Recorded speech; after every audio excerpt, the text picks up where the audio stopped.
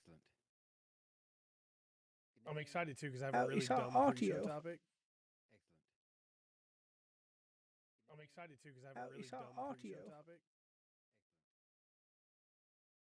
I got really confused because I was hearing myself twice, and then I realized that it's playing through because of the desktop audio was on, and I was listening to us, and you know, I'm not always the smartest of people. Hey, Roxanne, stretch a bit. Get ready. All right. No, I'm really excited for tonight's show because not only do I have a dumb pre-show topic, I have some dumb regular topics, and so it's gonna be a fun one. Dumb show. Yeah. Your volume is just a smidge low. But it's not now. No, that's perfect. All right. Okay. So this pre-show topic. Hi, Roxanne. I've seen the conversation going around on the interwebs over the last few days that some food is better without toppings and without seasonings. And this led to a debate because obviously, like, sure, maybe if you like the taste of raw potatoes, maybe it's better. I don't. I can't imagine that, but sure, maybe, right? But this led to the incredible take that I have seen that is pizza doesn't count as having other stuff on it when it's a cheese pizza. Because pizza is the word for the amalgamation of the ingredients used. So pizza doesn't count as having tomato sauce and cheese on it. It's just a pizza. Okay. And I can't argue with that logic, but I feel like it's wrong. You know what I mean? Like, it feels wrong to me. That's the foundation of a pizza. Right. And so I get where they're coming from with that. So then I guess, yeah, in that regard, pizza is great, but I'd still rather have toppings. Yeah. Yeah. Cookies are better without toppings. I'll eat, right. Any pizza's good. Because there's stuff I don't know what kind of toppings, because there's stuff I'm going to taste before I put anything on it. And if it tastes fine, I may not put anything on it. But I don't know what that would be through that. Fruit, I guess. Fruit is one of the things that I probably wouldn't eat with toppings. Yeah. Even saying that, though, you know, you get those fruit trays and they have caramel or Cool Whip. Yeah. Dip them in, and caramel apples are real good. Yes. I don't know. It's kind of. It sounds kind of like the whole as a hot dog, a sandwich kind of thing. Yeah, it feels that way to me as well. I did see some people saying sushi, but like, I don't know. I'd like a crunch roll. Yeah. I like it to have a little bit of stuff on there other than just the nori and the rice and the fish.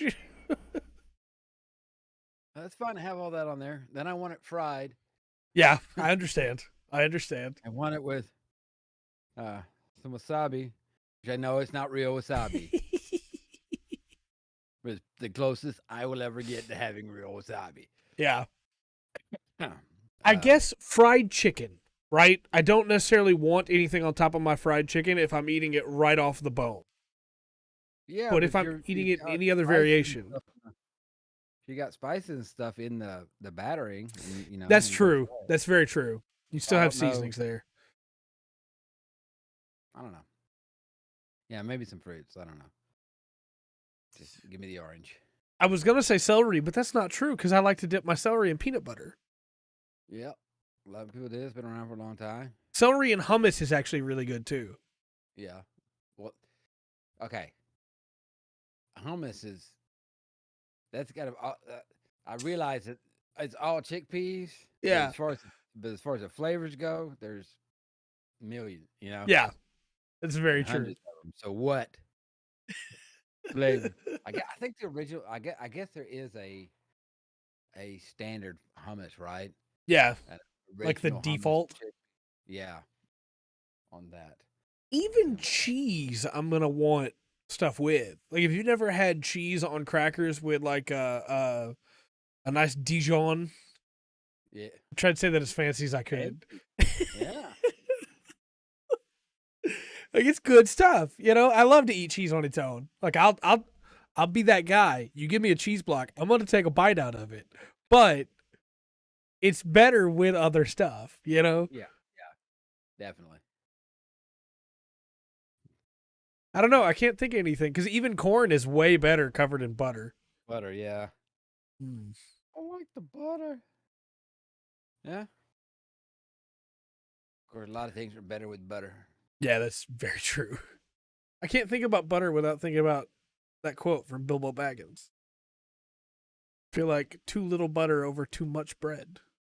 Yeah. Spread thin. Mm-hmm. Yeah. A great quote. Yes. That's quite a few through there. He's pretty smart, that Bilbo. Seems to be. Seems to be.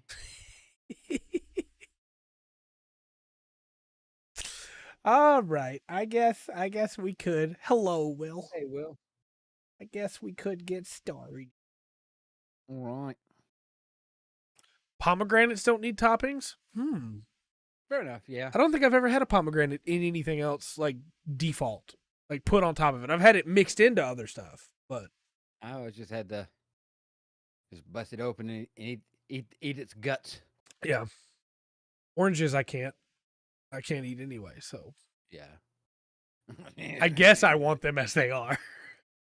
Not my fault. I can't hurry. Oh, we're gonna be talking about some Gundam tonight.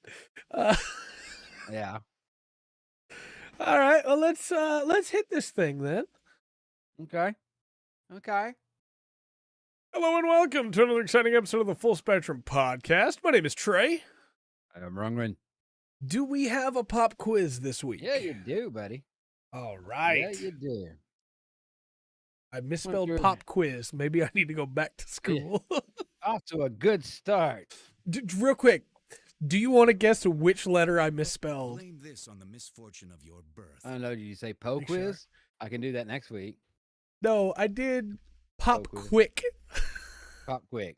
Yeah, that's a different thing entirely. It's when you sing the Weasel song very fast. Ooh. Pop goes the Weasel. Foods can be used as quickly. toppings. Makes sense. Hi, Dark. Hey, Dark.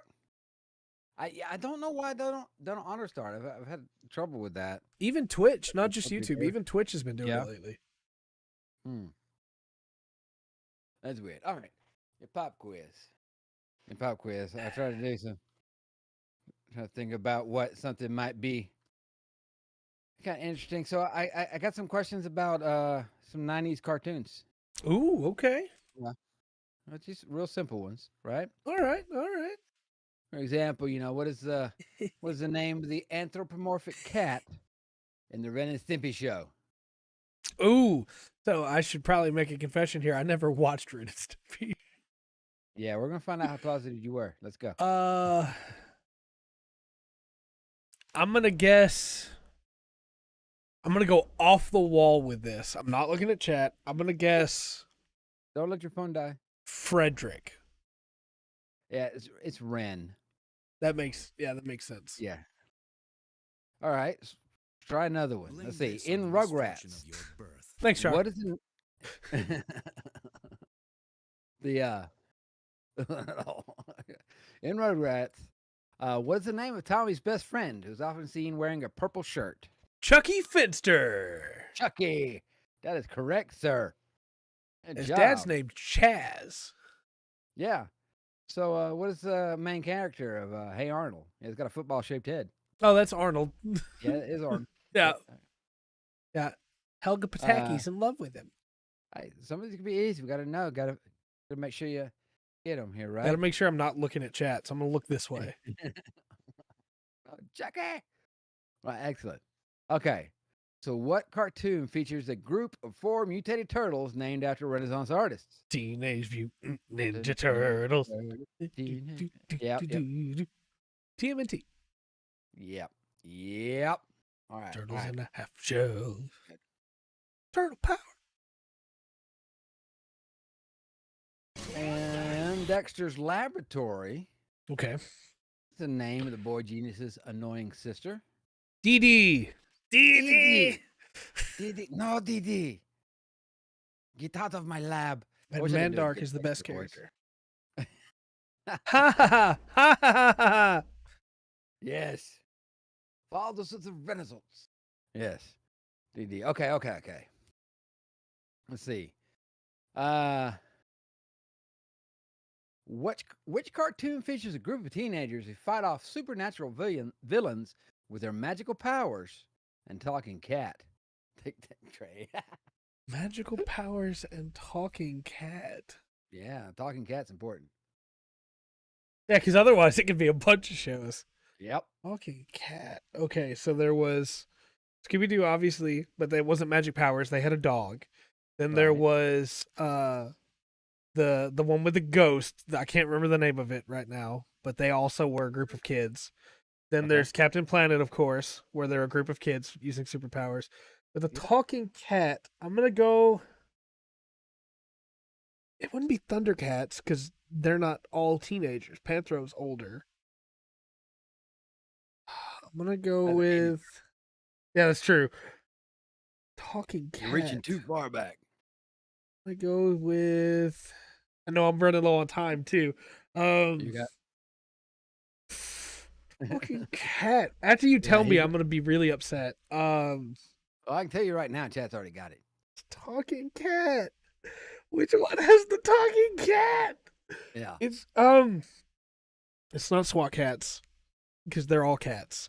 The power of the talking cat. My brain just keeps going snarf, and that's not right. Crud. Group of teenagers. I'm Their gonna magical powers and a talking cat. go with Sabrina the Teenage Witch, the animated series. No, Sailor Moon. Of course. That is a 90s cartoon. Yes, of course, but Yeah. I wasn't even thinking anime. Yep. Oh. Do you know the name of the singer who voiced Meg in Hercules, the TV series? No, I do not, to be honest with you. I've watched that TV show and I cannot for the life of me remember the singer, so I'm going to take a shot in the dark and say Leanne Rhymes. Oh no, Susan Egan. Okay. Yeah. All right. Now, seriously, now go back on track here. In Johnny Bravo, Hoo-ha. what is the name of the redheaded girl who Johnny is always trying to impress? At least one. Redheaded girl. It's not the Yeah. neighbor girl's not redheaded. There's a redheaded girl that he's always trying to impress. So there's lots of women he's always trying to impress. Yeah. This character comes back. Is it Susie? It is Susie. Ooh.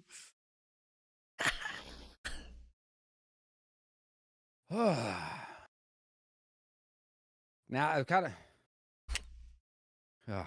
Okay, so which cartoon features a group of kids who are transported to a digital world where they have to fight evil and save both worlds?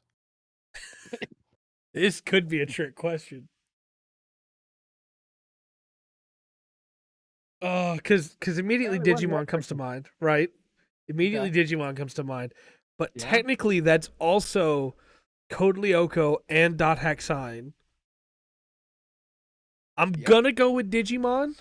Digimon is correct. Okay. Before you torture yourself anymore. I did realize though when I got that question and everything was like, yeah, I'm going to ask these. Like, I think does reboot count for that as well? Reboot is also that. Yes. Yeah. So, but either one of those answers would have been correct. Okay. All right. All right. Last one. What is the name? If you don't get this right, you're gonna have a failing grade. That's terrible. Ooh. What is the name of the animated series about a couple of friends who travel through time and space in a flying time machine shaped like a phone booth? But I this is a think it might be. cartoon. But it did have a couple of Reboot had some reboots. It's a Yeah, so cartoon the where they use a cartoon- flying phone booth to travel Yep. through time. Yep. Oh, this could be two different shows. Unironically, this could be two different shows. This could be Bill and This is Ted's 90s. Animated Adventure, or it could be Sherlock Holmes from the 23rd century. Or it could be Liberty Kids. Dang. Okay. I'm gonna go with Bill and Ted's Animated Adventure. Bill and Ted's Animated Adventure. Yes, they're excellent adventures. You got that one right. Pulled that off. I thought I might mislead you with that one. Yeah. I almost went down that other track. Yeah. I almost was like, it's definitely Sherlock Holmes. Right. Not bad, man. You came away with a 70. I'll take it. I'll take it. I was not even considering anime. That was a foolish mistake from me because it absolutely counts. Yeah. Sorry, Dark. I'll try again next week. Well, not next week. Oh no, not next week. I'll try again the next week. What we have next? All right. Well, let's get into weeks. All right. It's funny that it started on that because we're probably not going to start there unless you want to start there. But the thing that popped up was Double Zeta because that's the last thing we talked about. I will have. Yes, Double Zeta. We did finish up Double Zeta. Yeah. Not the best Gundam I've seen. Yeah.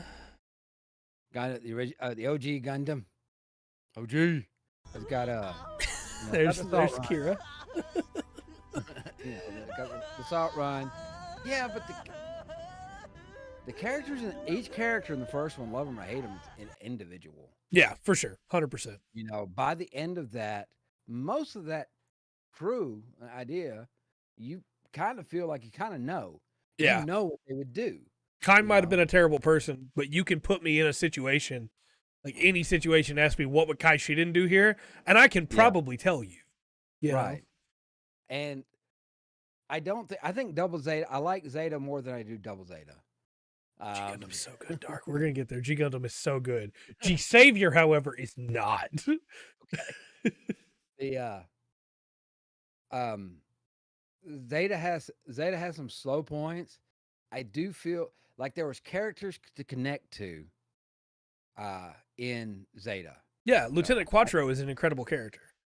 Quattro, even Bright in there, but you've got like Emma is such a good character. She's not, she's not. Yes. And I think that's what it is for me, is that the supporting cast is better. Yeah.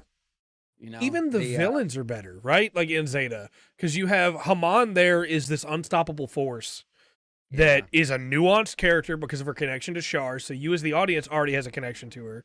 And then Shirako is there, and he's an incredible villain.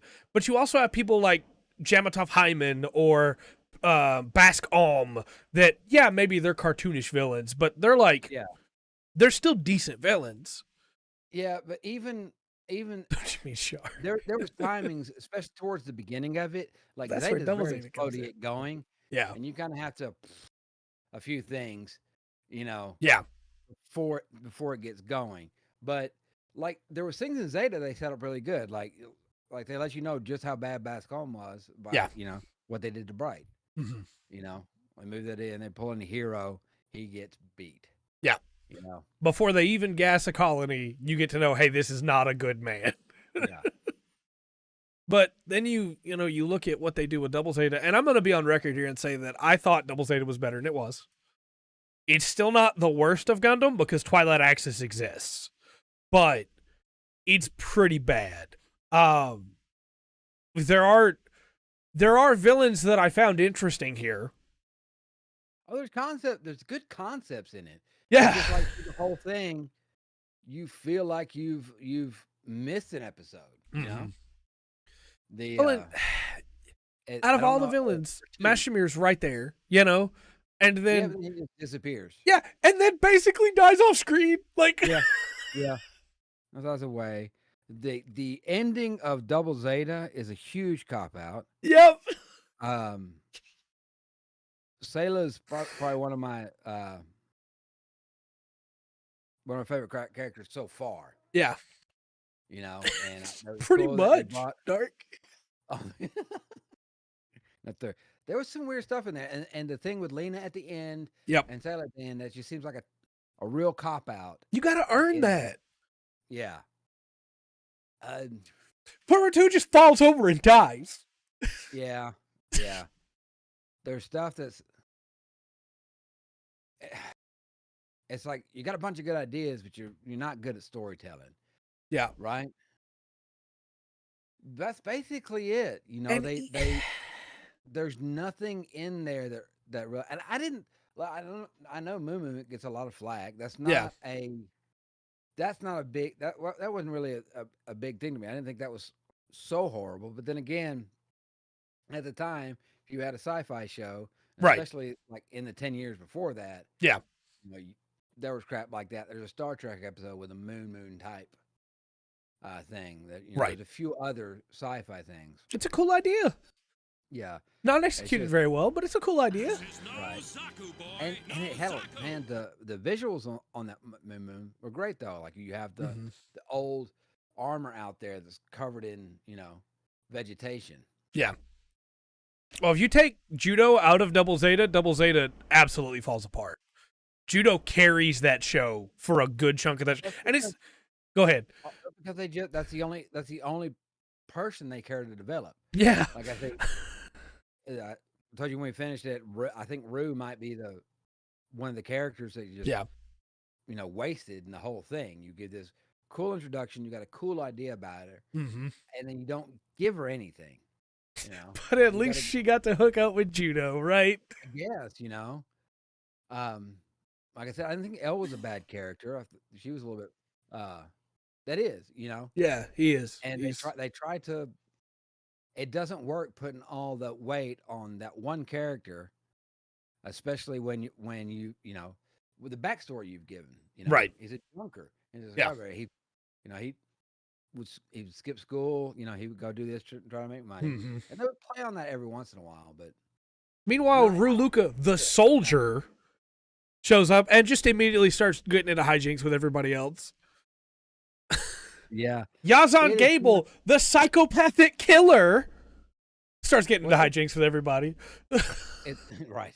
It's definitely by far the most that is a 80s as a hardcore 80s cartoon. Yeah. The soundtrack to the visuals, a lot of the visuals they use for the character thing. That's a straight up 80s cartoon. Do that. And it's the most 80s and the most like childish. Yeah. It's like they didn't want to. He's exactly. still alive. Yazan Gable gets to live through Zeta and Double Zeta. He has his own manga. He's retired. Yeah. I don't know. I just thought this is the one where I'm like, okay, your story, the storytelling is terrible. Yeah. Like double like the original one, you can cut down. You take a couple of episodes out of that, kind of cut it down, edit it through, boom, it's good, Yeah. I don't know what to do with Double Zeta. He's retired to become a junker. Yes. Yep. I'm not even joking. He has his own manga because of course he does. There's also a lot of setup in this show from Tomino for other manga. The Moon Gundam manga and the characters that we meet both in the Moon stuff and also on that colony, I guess it's side 3. Yeah. That they meet those characters that get a bunch of time for no reason.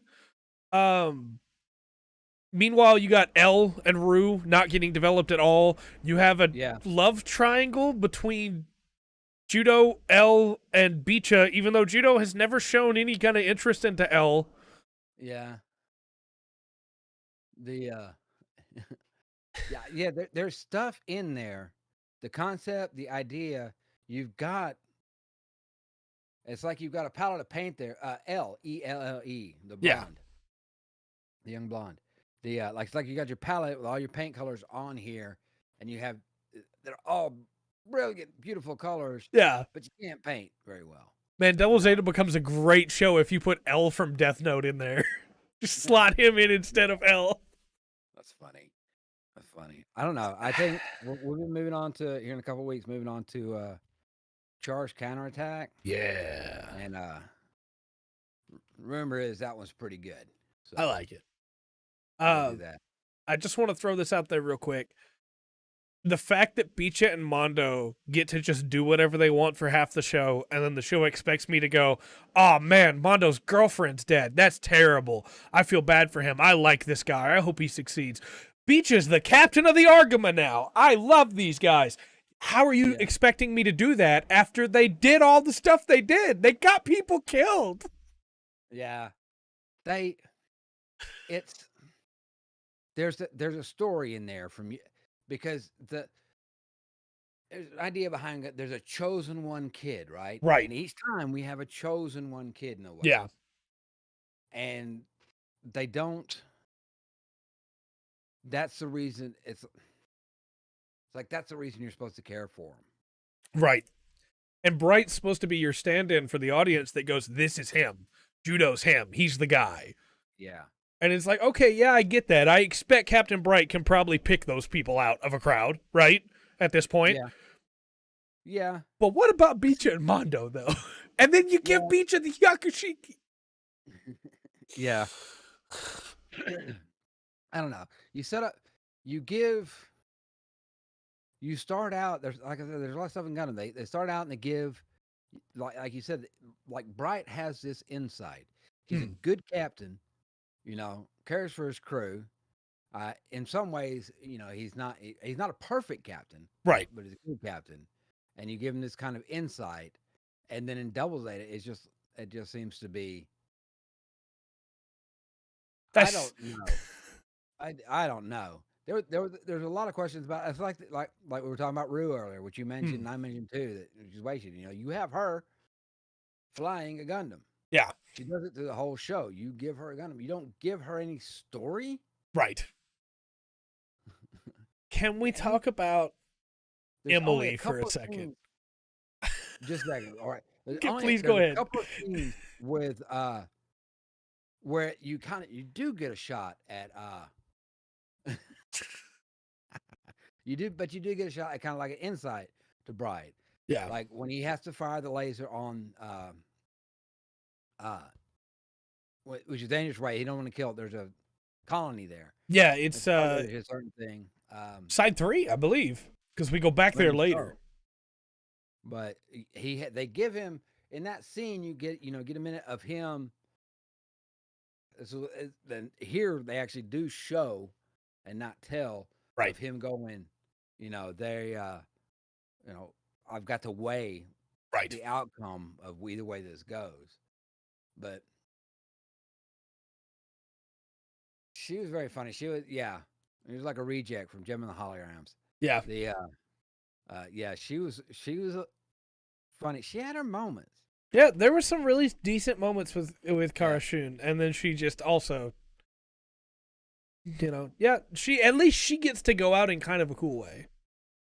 Also, like it's not good, but it's better than because you set us up right to where Glemmy's weird. Yeah, I'm gonna get into Glemmy, but he is, you set him up to be driven and directed, and he is going to he's going to he's going to be a main thing. Yeah. And then he doesn't really go anywhere. Right. It's like they didn't know what to do with the villains. So he is. They have build to him up as somebody you do not like. I have to tell you, you don't want him taking over.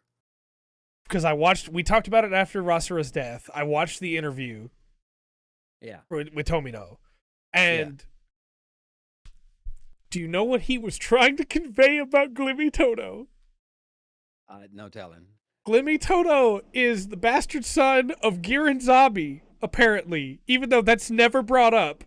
And that's why he wanted to reinstate the Zabi family, even though it's never brought up. It's like watching through it, you want to tell Tomino, look, we don't know the things you know. You're going to have to tell us the things you know. I can't read your mind, Tomino. Yeah, I can't read your mind. We don't have that new type connection, man. But then I know there's stuff with the studio, producer, storytelling, time slots, how long they want it to be. Yeah. It seems like Double Zeta seems by far out of 3. This is like, okay, you picked a story that was too big for you to tell. Yeah, 100%. What it felt like. 100%. Sad. We did finish that one up. I watched all the Resident Evil movies. Okay. With the Mia Jovovich is Alice. Yeah. Yeah, I really enjoy those movies. They're not. It's really strange because it's like it's not Resident Evil, Right. or it's, I guess maybe like an alternative universe Resident Evil. Like when you play the games, there's no Alice Right. or something like that. It But there was, is a Wesker in the movies. It's really strange. yeah, he wasn't bad. It wasn't. It wasn't bad. That was okay feeling. But you see, Jill Valentine and Chris Redfield. It's like it's an alternate universe Right. of Resident Evil. I mean, the movies are good. Some are better than others, and they got. I don't necessarily disagree at all. Yeah, yeah, nope. Uh, different time, I guess. I don't know. Different culture. I can't say. The You take away the spoiler tag now that we're talking about Resident Evil instead of Double Zeta. I watch all those. If you enjoy Resident Evil and you can let a few things go, I don't think it's a bad. Hello. I don't think it's a bad sextuplet. There's 6 of them. Yeah. Now, I haven't seen any other. I haven't seen. I think there's supposed to be a Resident Evil show, and it might kind of go with the same premise because they have distinct bad guys from the show. So it is ad time. We're gonna get to that, King. Trust me, we're gonna get to that. I also watched a couple of stand-up specials by a lady named Taylor Tomlinson. One was called "Look at You." The other one was "Quarter Life Crisis." She's a little bit obviously she's younger than I am. Right. Welcome back, Very, everybody. very well Watching done. ads. Yes. Oh yeah, we didn't or any hours. No, I didn't watch those. But man, that was a good. Those were good shows. Yeah. Yeah. Stand-up comedy is important. Mm-hmm. It can definitely be misused, and it's just the best comedies with me. It's like, okay, this is why, this is why, I am the way I am. Just kind of speaking. Maybe elaborating and telling stories, changing stuff up for the sake of comedy and through that. But just this is me, and this is how I get through. And she does. I thought she did a very good job, and both are awesome. Both are specials. Yeah. Yeah. I think Quarter Life Crisis comes first. If you wanted to watch them chronologically for some reason, Right. Quarter Life Crisis and Look at You. Both those are pretty good. Okay. You definitely deserve a shout out for a good comedy. Good comedy. That's been pretty much been my week. Okay. How's your week been, sir? Well, my week's been pretty good. Been a lot of cleaning the house. So while I've been cleaning the house, I've been listening to the Magnus Archives. Okay. I finished season 2. Recorded my reaction to that. Also, Dark, I did see you say that you're stuck on Lubu. That is who all of mankind should be stuck on when it comes to boss fights. So I understand. Yeah. Just take his woman. Yeah, then he'll start making really dumb decisions. No, I finished season 2 and I'm on season 3 now. I'm sure he does. Among horses, red hair. Among men, yeah, Lubu. Yeah. But no, it's really good still. I'm well into season 3 now. I'm trying to be very vague. The things. Okay, let me give the short form elevator pitch for it, and then I'll give you where I'm at right now. The Magnus Archives is a radio show style podcast about an archivist that is attempting to take down statements of supernatural happenings all across the world that all seem to be tied to specific repetitive style events, right? And they all seem to be tied in some way to fears. And over the course of the first season, you find out that these fears are absolutely reasonable for people to have based on what's going on. I did. I didn't get the chance to reply, but I did see your Gunpla. I got the message. I haven't looked at them quite yet. I glanced, it was there, and I shut it because we were doing this. Yeah, that's what I did as well. Yeah. As you get further into the show, you start getting more and more information about what's going on. And it starts to tie in together in a really cool way. But what makes this show special, in my opinion, and it's why I love it so much, is that it's deep lore. It's every episode, there is so much stuff hidden in there that you may not even realize at first. And so I'm taking notes. Obviously, I didn't take notes for any of the episodes that I listened to today because I was cleaning all day. What I'll go back and do later is I'll go back and just skim through them and write down all the notes that I can think of about what I already listened to. Because, man, it's good. We'll talk about that in a second, Dark. It's really good. And there are moments, I listen to it a lot while I'm driving, because if I'm at the desk here and I'm listening to it, then I have a hard time focusing because I'm at the desk and thus could be working. But if I'm driving, I'm just looking at the road, paying attention to stuff around me, so I can kind of just focus in on what I'm listening to, you know?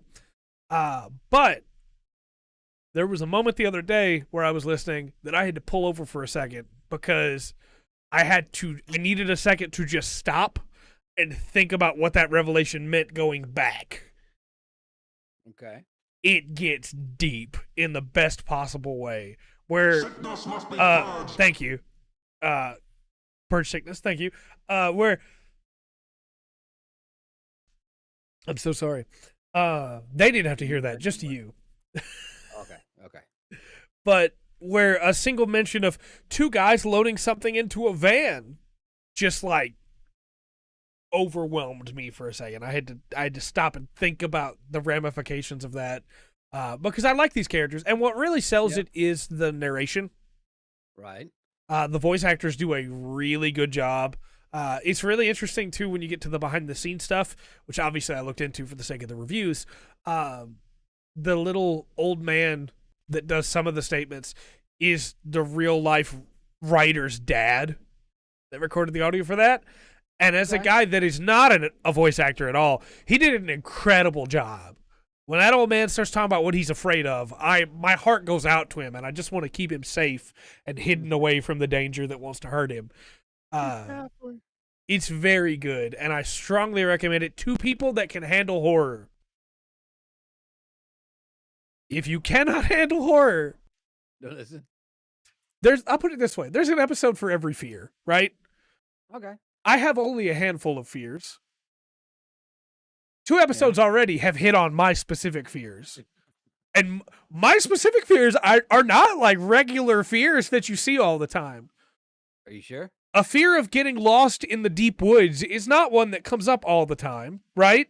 Have you heard of Missing 411? Well, yes, I have. Who had that fear. There are, but it's nowhere near as like well spread as like the fear of falling or the fear of the dark, you know? That's true. Yeah. And they gave me another one not that long ago that I didn't have, which is wonderful. Right. I unironically love it. To quote Sakamaki Dado from Sobote Must Be Destroyed, it shakes my brain and gets me to thinking. And I really like it. So excellent. But that's pretty much been my week. It's been just a lot of working. There's videos scheduled all the way through when I get back from my vacation. So yeah, and Sobote Must Be Destroyed did finish, and so I've finished reading that and recorded a review for that. And that series is great. It's really good horror as well. One last thing in my week, and then I'll be done. Is that I started reading Kingdom again, which is a manga. And I need to specify that because it's also a completely different series named Kingdom that is a Netflix show. Started reading Kingdom again because I really, really like it. And man, it was the perfect time to get back into it. It is. I often read manga to try and sleep, to try and relax my brain so I can sleep. Kingdom is a series based on the Qin dynasty and how they conquered China way back when. And the series is about a unnamed slave that rises up to become a soldier, and then from there to a general, and theoretically, top of the line. And you would probably recognize the name Ri Shen. I'm trying to think of where that. But I'm trying to think of where that falls. It's well before the Yellow Turban Rebellion, but it is about 400 years before that, because the Qin takes over from the Zhao dynasty, and then after that is where everything starts to fall apart. Good deal. So just real quick for chat, Gridman, SSS Gridman is getting another season. It is an offshoot of the Ultra style series. It's real good. Excited for that. And Revengers is great. Yes, Revengers is very good. So yeah, hopefully when I get back from vacation, I can really dig into some of those anime that I haven't done reviews on yet. All right. Well, let's move into announcements. I mean, reviews. Okay. That's your show, but we have a way. I have a schedule here. We need to stick to it. The worst part is I clicked on reviews too and just said the wrong one. Oh, all right. I also need to fix the ice cream list. People have not won ice cream yet today. Revengers, I believe, is finished. Yes. That's not the one I'm or it's this one. I know there's still cool stuff out there. I don't like starting something if it hasn't been finished. I understand. Yeah. I definitely understand that. That was my problem with Sobote Must Be Destroyed. I had to wait like a month. More than that, like 4 months to get the last 7 chapters. I think it might be more than 4 months. When did we talk about that, Dark? Look. Read Stephen King's Gunslinger series. That's fair. That's fair. And there was quite a lot of time between some of those books. That's fair. I guess for what it's worth, we are both still waiting on A Song of Ice and Fire. So yeah, still waiting on that one. I'd have feelings about the Wheel of Time, but I didn't finish it. Yeah, I understand. It kind of there's 2 series I never finished. It was that and Harry Potter. Harry Potter, I figured out the end before I got there, and I told a friend and a friend loved it. No harm, no foul in that. And yeah, A Song of The Wheel of Time. I got bored too. Yeah. I don't know. It kind of felt weird. They got to one point where it was like, okay, now we're at the ice level or something like that. Right. I also dropped Wheel of Time, but it was for very different reasons. Yeah. It was because I really like Perrin the Blacksmith, and at one point he makes an incredibly stupid decision, and I didn't feel like it was built up enough for him to make a decision that dumb. My favorite character was the guy with the wide brim hat and the quarterstaff. What was his name? Will? Yeah. Maybe. I just remember the scene. It was a great scene. It was a great piece of writing. Set up the scene as well, where he basically challenged these 4 soldiers. These 4 professional soldiers, right? Yeah. And they're using swords, and he's got a quarterstaff, and he beats them, and they're complaining about it,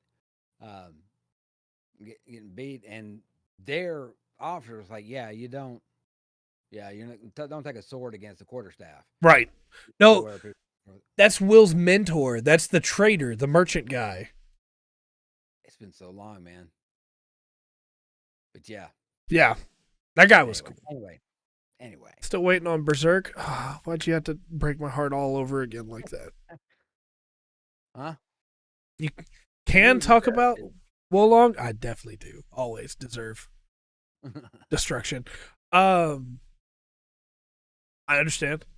Yeah. So, our first game is Wolong, Fallen Dynasty. Excellent. This is that's fair, Dark. This is a Neo-like is what I've seen it called often. It's less a Souls-like and more of that speed of like a Neo. Yeah. How did I just get an ad? Come on now. I don't know. I'm just telling you what other people have called it. It is that style of game. Sekiro-like. It does have parries, and it does have a morale system that's really interesting. But that's nice. But whereas those games are all based in like Japan, this is based in China, and specifically during the Yellow Turban Rebellion. I don't know how far it goes. I haven't gotten any further than the demo, but so the dragons all have an extra toe. Or is it go around? Heard it's called a game like. Yeah, there you go. There you go. Okay, fair enough. No, when I said Will earlier, the name of a different character, a different person. That's funny. That's awesome. So, what do you think? What do you think for Wolong? You think it's going to be a high score? You think it's going to be a low score? How you feeling? 87, because I would just like the story of this just because of the time period it's in. Okay. What are you thinking, chat? Did it? Oh boy. 87, 86, 67. Oh, okay, okay. The answer is 84. 82. All right. That's not bad. Not bad. A little bit of dartboarding. Yeah. If it had, yeah, Okay. probably. Okay. Our first review for it is Attack the Fanboy, who says the best way to describe Wolong feels if you combine the visuals and swordplay of the Dynasty Warriors and Neo games with a pinch of Sekiro. I don't quite agree on that from the demo. It doesn't feel very Dynasty Warriors. It definitely feels more Neo and Sekiro, but you know. What then happens is that you have a game that is quite difficult, but oh so rewarding when you conquer the seemingly impossible. Yeah, okay. Yeah, I feel like some people just went, it's based in the same place as Dynasty Warriors, so...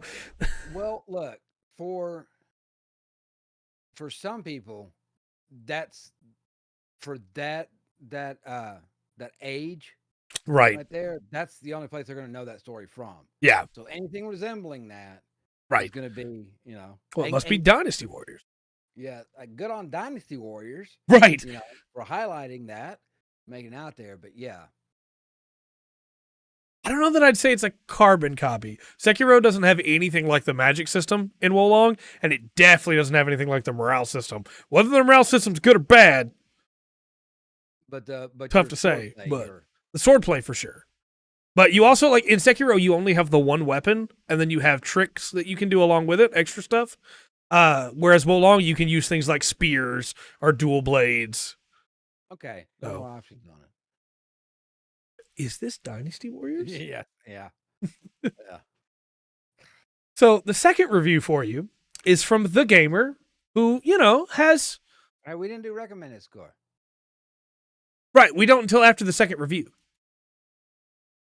Oh, you thought I meant the second game. Sorry, yeah. I was going to... No. Okay, go ahead. This one's from The Gamer, who, you know, might be a little more critical than other places, right?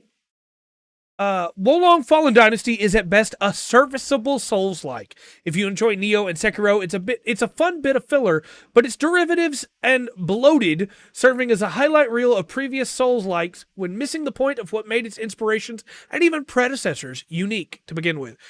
I have not beaten Wolong or anything, and I'm not just trying to defend Wolong. It would be really hard to make something as unique as Sekiro again. Yeah. Because it's already been done. It's very different from the rest of the Souls-like. Okay. I'm going to go 82. It definitely did have some things you could change in it, but I don't think it was quite as deep as Demon Souls King. But it definitely did have some things you could make different. Exactly, right? You can't just go, you know, well, it's not as good as Sekiro, and it forgets the lessons it made. It was like, well, it's not trying to just be Sekiro either, though. It has like new things, and it's in a whole different setting, like made by a different team, a different studio. Yeah. Oh. It is. You can't just talk about what a game is or isn't. You have to, in your review blurb, you have to just say, it's not this. What was your guess? 82. Okay. Got 80 in, 86. Wave releases 86 for all. Yes. The score is 85%. All right, beat all of us there. Okay. I'm really excited to get to those first two bosses, Dark. I want to see if I have a different experience, but I probably won't. But I won't get to play it until I come back because I got it through Game Pass. And so... Exactly. Yeah. Yeah. I'm stoked to try it. So next up. Okay. Generally going to be okay until Lubu. Lubu should be a wall. You know what I mean? Yeah. If Lubu's not a wall, there's a problem. Yeah. I'm not saying he should be unbeatable, but he should be a wall. Your 86 was very close, Waverly. That's right. Our next game, I wish I could get it to stop, like, blooming out. I don't know what's different about the original overlay, but I need to go back and find out because it doesn't do that, but the text does on all the others. That sounds rough. Yeah, Been in those situations. 3 hours is a long time, but yeah. Do you know it takes 3 hours to beat ES, Matt, if you don't have the right setup in Final Fantasy 12? Goodness. That's with you doing everything right. If you don't have the best setup you could have, 3 hours. Right. Yeah. Some trick. Yeah, King's got it. That's all you got to do, Dark. Don't pursue him. Make him pursue you. There you go. Hey, years ago, originally playing Punch-Out, King Hippo, I didn't have Nintendo Power. Spent hours on him. Oh, there you go. Once you know the secret, it's not bad at all. I found, while cleaning the house today, I found a whole chest full, unironically, a chest full of old game magazines and my original disc copy of Diablo 2. Nice. See what happens when you clean? Yeah, right? I need to do something with it. I need to make a video of just like, let's look through these old magazines. Oh, yeah. Yeah. Lubu is not a nice guy. Yeah. I feel a little sympathy for him because of Dongzhou. Yep. But Lubu is not a nice guy. No. He had his opportunity. He had his opportunity to join Cao Cao. And if he hadn't done what he did, Cao Cao would have taken him. But after he pulled that, Cao Cao was like, no, I can't trust you. Kill him now. Yeah. Which was the right choice. But so next up we have Scars Above. And I'm going to read the blurb for you here because I had not heard of this game before that. Yeah, okay. This is Scars Above is a challenging sci-fi third-person action-adventure shooter combining the rewarding feel of overcoming difficulty with a compelling and intricate story set in a mysterious alien world to explore. That's a lot of words. Sci-fi third-person action-adventure shooter. Yeah. But I get what they're trying to say. Well, they're all keywords. Yeah. So they're kind of narrowed down what they're doing. Oh, it's difficult? Souls-like. Yeah. I don't know. I'd like to give it a good chance. I'm going to 83. Okay.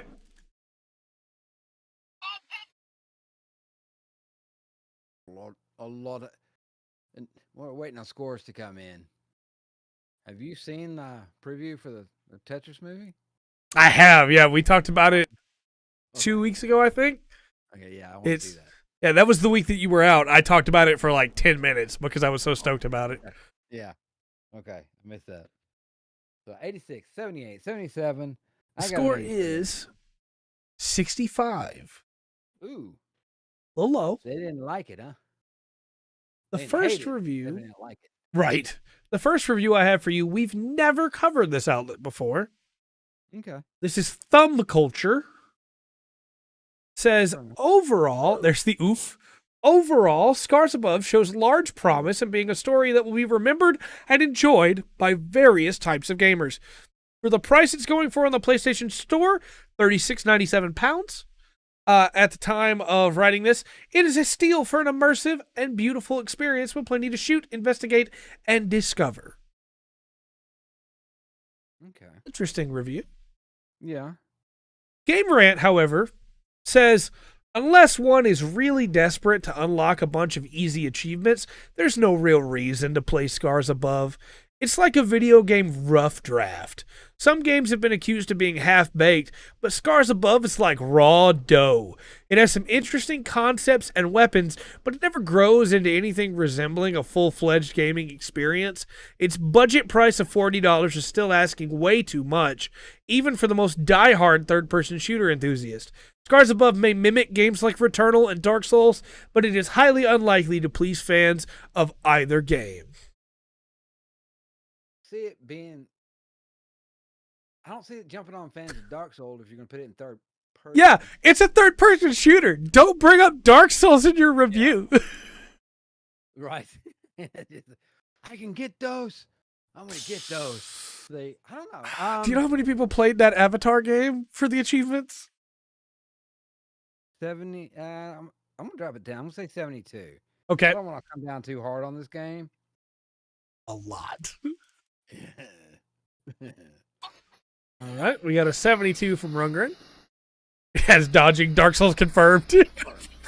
45. It may be down that low. I also didn't play that Avatar game. It looked like it played really terribly. 45, 70, 70, 75. Yeah. The score is, out of 58 reviews, 35%. Golly. That's rough. There's a lot of 7s because nobody knows how scores work anymore. But then there's a lot of 5s and a single 1. Man, a game, right? Yeah. A game shouldn't. A 1 should be just as rare as like on that chart as giving somebody 100 on the Yeah. The chart. 1's pretty 100%. bad. Sure it's back or not. Does not want to pay for it. Yeah, I understand. Don't blame me. And finally, for reviews tonight, I know everybody's been waiting on this one. I know everybody loves this game. Destiny 2 Lightfall. The newest Destiny expansion. So it's just an expansion, the DLC. Mm-hmm. Okay. What do you think? No. I don't see them doing anything too groundbreaking with that. But that might be a good thing on that. I'm going to go... Oh, God. I'm going to go 68. I don't like the feel of the reputation around this game. All right. I think I might be a little bit biased. So yeah, we got a 45 in. I'm going to play Warframe. It's funny. You probably should. Warframe, free to play, and is infinitely better. They don't take missions away from you that you paid for. Yeah. Sorry, I'm a little bitter. I'm very bitter. I'm not a little bitter. I'm incredibly bitter. Score is 79. That was generous. Let me read 2 reviews for you here. And I'm gonna read this first one to you, but I need you to understand it's from PlayStation Universe, so they might be a little biased. Yeah. Destiny 2 Lightfall is my favorite entry into Destiny. This is a tall order with how amazing expansions like the Taken King that you can't play anymore, Forsaken that you can't play anymore, and the Witch Queen have been. Nevertheless, Lightfall has surpassed my expectations in almost every way. The gameplay is even more fun and fluid, the location is fresh and new, and while the story has holes, I'm excited to learn how Bungie fills them over the following year and on. Lightfall is as fantastic as it is mysterious, and I love every minute. Look, I'm just going to say this real quick. If you have to tell me that it's fantastic as it is mysterious, that means things aren't explained that I probably want to be explained. Yeah. But that could be a good, that can be. It could be.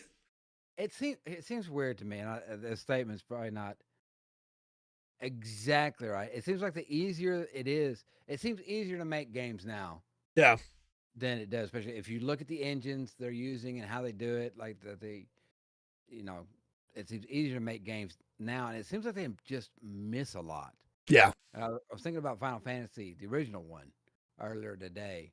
It's like, it's not as fun as Final Fantasies go. That's not it's not a long story, Right. anything, but there was something about it that captured me through it. That it definitely wasn't the graphics. Yeah. It's the heart. Yeah. Amazing. The gameplay's the exact same every single time. Each season you get to reset to level 1 only to grind up again and lose it. Yep. So the second review exactly.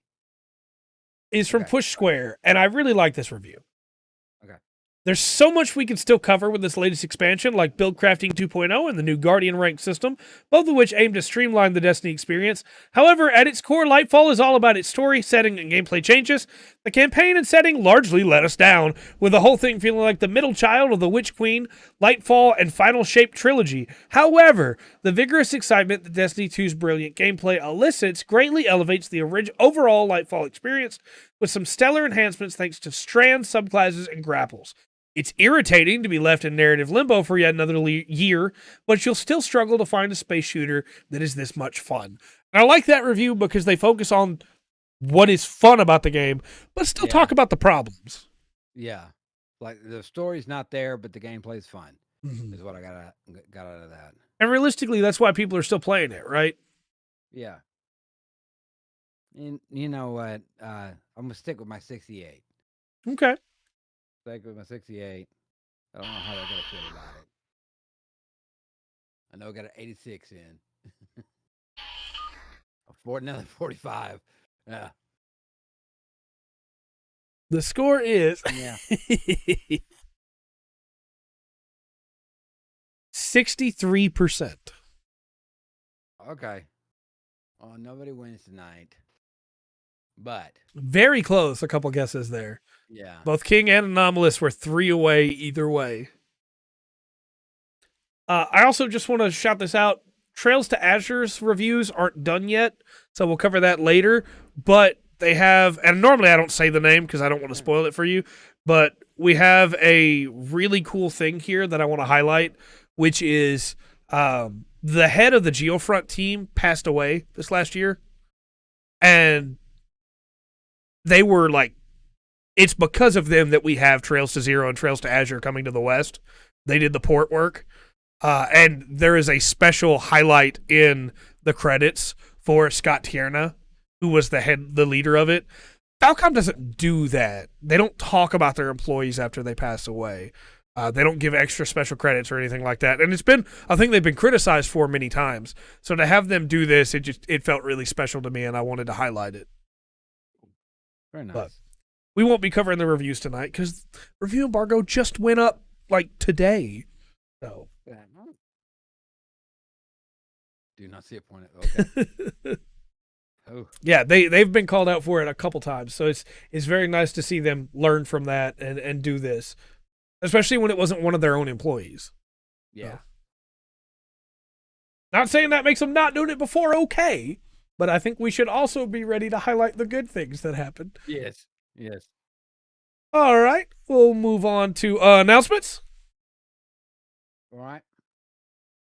And we got some cool stuff to talk about here. I know one that people in the chat have been waiting for and are excited for. Could be the start of better things. Yeah, I hope so. I hope they continue to do stuff like this. Right off the bat, we have Budokai Tenkaichi 4. Yeah. Like that. I'm glad you finished it. So this is the Dragon Ball Z fighters, not fighters as in the fighting game, but the arena-style fighting game that they used to have, Budokai Tenkaichi. They're really good. They're really fun. The old ones are, at least, and they haven't made a new one in a long time. The last one released on PlayStation 2. So it's about time. Wow. Okay. And people are hype, as they should be. As they should be. I bet they are. So I'm stoked. There's not really much more to say about this announcement other than just, awesome. They didn't give us any details of when it's going to be, what platforms. Just, it looks cool. There is a really funny meme already of, in the trailer, Goku screams, because of course he does, because it's Dragon Ball Z. And with the way the teeth is done, it looks like a Final Fantasy 1 cave entrance. Okay. And it's just really funny to me. But yeah. All right. I'll see, Dark. We'll see. I will try to remember to download it. You're probably gonna have to remind me. Xenoverse is good. I like Xenoverse, but it's not Budokai Tenkaichi. So Okay.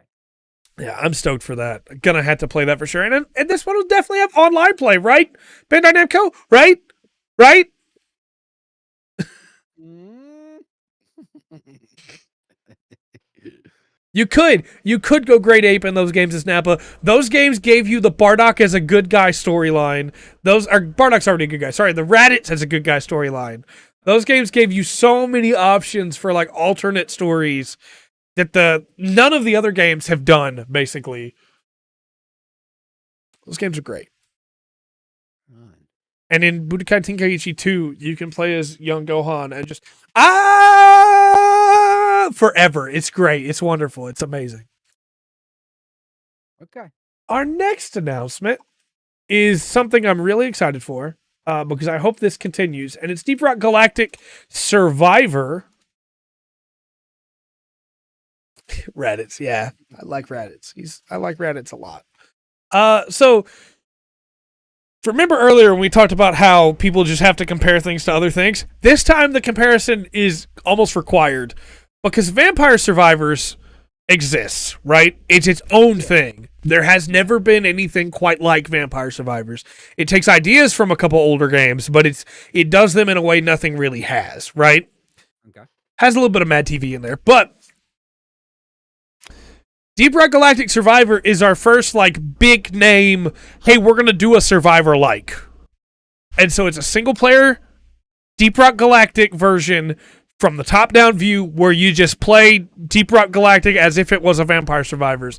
And as somebody that loves Vampire Survivors and Deep Rock Galactic, I'm very excited for this. I want everybody to do... Not everybody. I want some people to do this. I think it'd be really cool to see like a Final Fantasy Survivor or a Zelda Survivor. Okay. That could be cool. I don't want everybody to do it. I don't want it to be Breath of the Wild, now everybody's got to go open world, or Dark Souls 1 hit off big, now everybody's got to do that. But our Halo happened, and then everybody was making shooters. But Dragon Ball Z Survivor could be good. Could be good. Lots of characters. So we don't really know anything else about this either, but it's cool. We also have the Minecraft 1.20 Trails and Tales update. Now they put out a couple things not too far back. We covered them. One was a separate game. Yeah. But they did a big update not too long ago, didn't they? They did. They added another biome to the game in the form of the Deep. The Deep. Well, we're talking about the game itself, King, not the Minecraft YouTubers. That's a whole different thing. Oh, God. That does happen there, though, unfortunately. Yeah, pink wood has been added. There's now a Sakura biome. I said that in the most, like, gaijin way possible. A Sakura biome. There's a whole... Cherry blossom? Yeah, there's a whole biome of Sakura trees. I'm sorry, of Sakura. As compared to Sakura. My favorite character from Naruto is Sakura. Will you tell me again how many Dragon Balls Ash has got to get before it becomes the Avatar? It's 7. Okay. So, yeah, you can now get pink wood. That's right. We're going to move on because there's too many jokes. There's also camels. You can make specialized bookshelves now for your libraries and your houses. There's a brand new mob that will sniff out seeds for you. Yes. Yeah, wonderful. It seems like a cool update. As usual, if you've got a world that you've already made, unfortunately, there is no way to upgrade your world to this. You have to make a new world. It really feels like at some point they should give the option to be able to upgrade, but also this is completely dynamically changing the entire way that the seed works by adding another biome. So I get that you can't just auto upgrade, but what if I don't care about the new biome and I just want the sniffer? Then it's just spawning a new mob. Yeah. So I feel like there should be an option there, but I get it. And Minecraft's all about starting over all the time anyway, right? Yeah. Especially play survival, right? Yeah. Our next announcement is redacted for you, and I'm very excited about it because it is Witch from Mercury Season 2. Okay. Yes, it's going good. I wonder how many. I wonder how many seasons they had contracted. Probably just 2. That's what happens most of the time. April 9th, Dark. That's what happens for most Gundam series is 2 seasons. Yeah. Okay. And technically, I guess it's not a second season. They're calling it a second core. For anybody who doesn't know how anime works, anime nowadays doesn't do seasons the way that it used to. Nowadays, you get cores. Yeah. And so, yeah, it's part 2 of season 1. Season 1. That makes it. Well, media is just delivered so differently since the TV heyday, you know? Yeah. I bet it is weird. I love it. Yeah. I love it. Nice. All right. Realistically, because it's the second core, it does mean we could get 2 seasons, which would mean we have 2 more cores coming. Well, people are weird about Witch from Mercury on Twitter. Twitter is not a good place for talking about Witch from Mercury.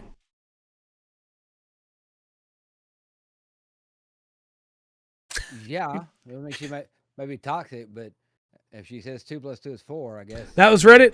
Reddit also is not great for talking about anything, really. Except if you're, like, into really niche hobbies. Yeah. There's a subreddit I follow that has, like, it's specifically Poor Hammer. So it's playing Warhammer, but for poor people. Okay. And that community is, like, really close-knit and small. And so it's really fun discussions in there. But otherwise, you know. He sounds fine to me. I don't know what you mean, Dark. Maybe it's your ears that are really quiet. I don't know. Have you thought about that? It might be going out. I don't know if it was that. I'll be a little more conscious of it and see if it helps for sure. I guess I get the comparison. I don't think it's anything like Ghost in the Shell. Oh, really? But I feel like it's probably coming from the idea of Prospera specifically, who kind of looks like she came out of Ghost in the Shell. But the show itself is very different. Okay. Like, the aspect of it is there. The idea of, like, the prosthetics and stuff with the Gund format, but it's very different.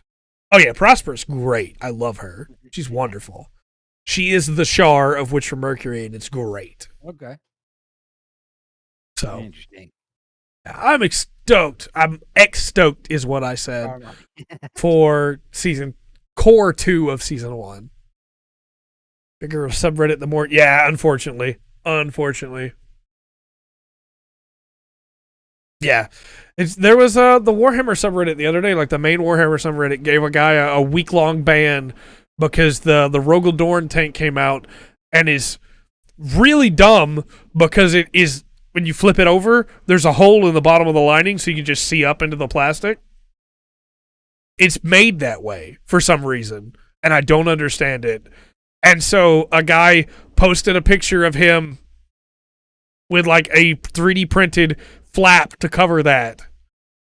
And he got a week-long ban. Because they were like, you used 3D printing. That's not official. It's like, yeah, Games Workshop didn't make a flap there, so it's fine. Anyway, yeah, that's Reddit. That's Reddit. And that's the pit of humanity. You'll find some beautiful stories and some amazing people there. And then you're going to find Mos Eisley. Yeah. Twitter's the same way, except I feel like with Twitter at least, like when you go into Reddit, it's like walking into a swamp. There's some good things in that swamp, but there's also gators. When you go into Reddit, you're swimming in shark-infested waters, and you're also bleeding. Like, they will find you on Twitter. They will find you. Next up, we have the Game Pass games. All right. What's coming? So this is some cool stuff, but some weird stuff. Yeah, Tech Freeze, no third-party modifications. It's heresy. So first off, Guilty Gear Strive, available today. Thank you. The fighter, okay. Cloud console and PC. All right. Twitter's like, yeah. That's why Twitter's the ocean with the shark-infested waters and you're bleeding, whereas Reddit is just the swamp. Fair enough. Blaze Blue's also coming. That's right. This is the newest Guilty Gear. Great to have it for free on Game Pass. That's cool. I remember when it came out, and it was showing off a lot of the fighters on there. I'm pretty sure it was that one, but it never went anywhere. Well, Strive is like Guilty Gear specifically is huge in specific like small sections of people. Yeah. Like it gets really popular every time Evo happens, and then it just dies off again, except for the diehards, right? Well, I think they have amazing, like Dark said, they have amazing character designs. And the music. You know, the music looks great. The levels look cool. It looks like it would be a good, thing, but I don't. Yeah, it's big. It's important for a select group of people, but it just doesn't seem like you have tournaments with Tekken, right? Tournaments with Smash, tournaments with, Street Fighter. You have tons of locals with Strive. Yeah, but it just doesn't have like the big, following, which is unfortunate because I think realistically, it's one of the better fighting games on the market right now.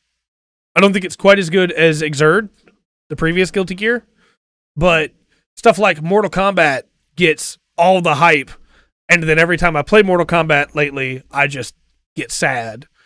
Where, mainstream appeal, right?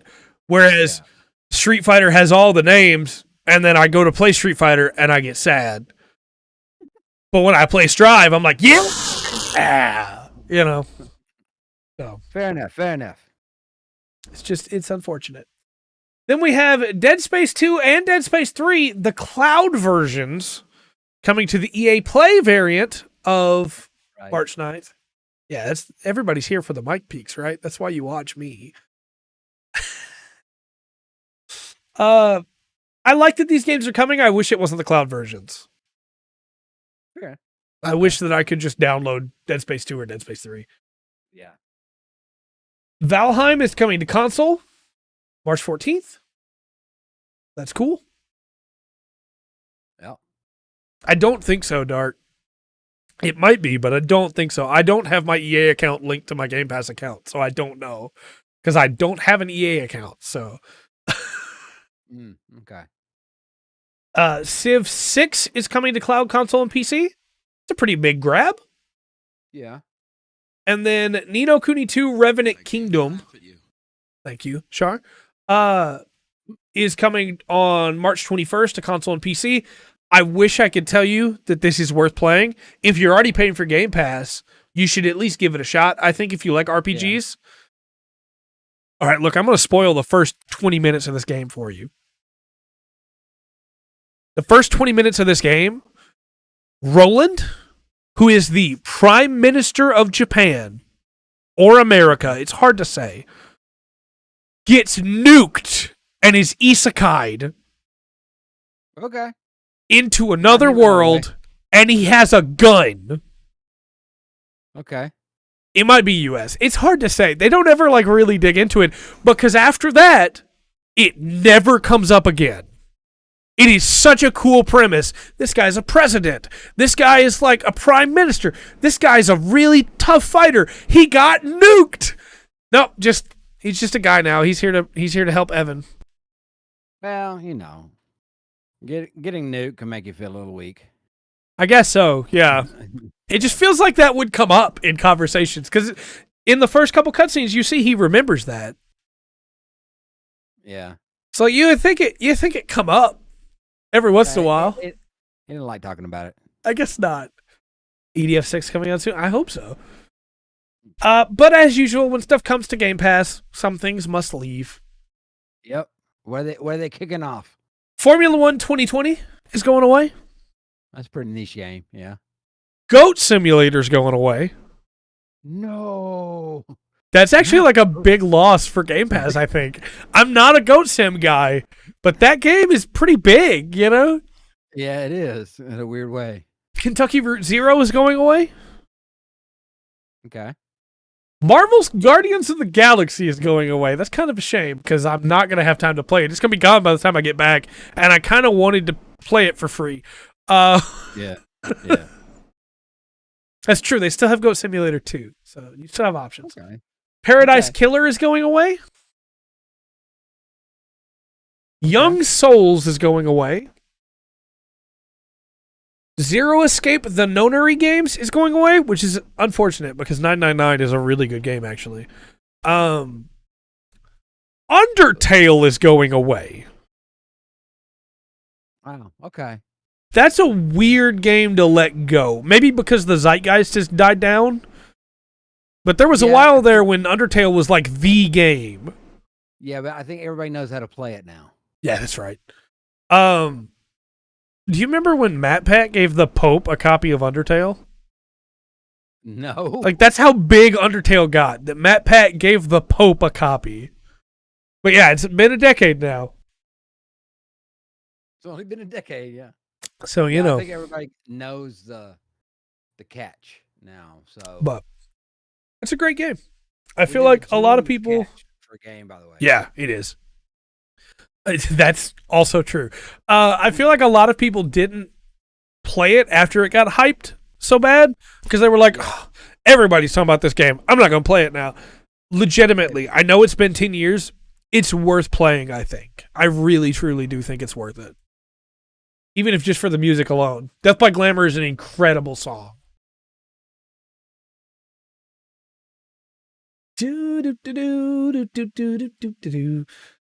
All right, well, that's it for announcements. And I understand that, Dark. I do. I get why people would be like, yeah, I don't want to play it when all I've heard is how great this game is for years. And how people tell me that I'm wrong for not having played it yet. Like, I get it. Yeah. But it's good. They already, to get the true ending. Yeah. It's kind of like, if you heard about it, you've heard about the true ending by now. Right. It's almost impossible to not be spoiled on that now, I guess. Yeah. That'd be like going back to play original Final Fantasy VII now. You probably know the spoilers, but you don't know the real spoiler. You know the one you think is the spoiler? That happened so early on in the game. That's not a real spoiler. The real spoiler is... Let's talk about the news. Okay. Choke on it. Yeah, it's really good. I like it a lot. I just wish it wasn't overhyped. So, news. First off, I probably won't talk about this one long, but it's interesting. Matsuda is stepping down as the president of Square Enix. Hakuna Matata, dude. I cannot type today. Hakuna Matata, dude. No long. Okay. I was gonna let you keep going. That's all right. We would have gotten demonetized, but it would have been fine. That's parody. So, write it. Well, he's not the NFT guy. That's the thing. Yeah, okay. Like it's things. I gotta go back and figure out how to do it. He's not the NFT guy, unfortunately. That is Takashi Kiryu who is stepping in as the new president, and we will see how that goes. Matsuda did think NFTs would work, but he's not the NFT guy. He's the guy who said, hey, NFTs might be the way to go. We should spend a bunch of money on those. But it was Kiryu who was like, hey, let's do this. We should cancel these projects to do this NFT game that never came out. I've got a bunch of NFTs on Steam. You can collect cards for games you play. Right. You can trade them. Right. And, yeah. No, specifically Matsuda, and probably the reason he's being encouraged to step down, his projects were Forspoken. Okay. And the Avengers game. Oh. Not exactly batting 1,000. What? Yeah. Also, well-timed Kira cry there, Will. I love Steam NFTs. Excellent. Sickness must be purged. But he's also the guy You know what? I haven't seen the main character in Forspoken. She's all right. I don't necessarily agree, but she might just not be my type. Fair enough. I think it might be the. Yeah, she doesn't have an eye patch. That's right. I don't know. I think the cloaks that she wears are cool though. I like the cloaks. We shall see indeed. Matsuda is also the one who sold Eidos and Crystal Dynamics for $300 million to Embracer, who then turned around and sold it to Amazon for $600 million. Yeah. So, you know, I'm not gonna say it's a good thing he's got or anything because I don't know the man, and I don't necessarily like what I'm seeing of Takashi Kiryu, but things might be different, you know? Yeah, and that's the thing. Embracer only sold Tomb Raider for that $600K. They still own Deus Ex, and okay. So, you know, that's really all there is to that. We don't know anymore yet, but you know, I don't want to. It's gonna sound really harsh. Out with the old, in with the new, I guess. Yeah, I doubt that seems a weird sale. Just his title. And Thief and a bunch of things like that. Yeah, you don't just sell those. You hold on to those and make stuff with them. But remember, they didn't make money. They only made $60 million all told between each of them, as compared to the $70 million he wanted them to make. Tomb Raider only made back its money once, and then almost an additional second time. I'm still so salty about what they did to Eidos with Deus Ex, where, you made a bunch of money. You sold well over 100,000 copies, but we budgeted you to sell 4 million copies. So, you know, you didn't make what we wanted. Yeah, well, a different discussion, but so much of our economy is based on speculation. Yep. If you don't meet that speculation, everything crashes. Yep. Yeah, that's the other part of it. Yeah. That might do it. Yeah. You made a lot, but not enough. Let's talk about the BAFTA Game Awards. Okay. Yeah, they admitted that they cut a bunch out. That's absolutely correct. So, we haven't covered these in the past, but their categories are really interesting. And I want to cover the nominees for these real quick. Okay.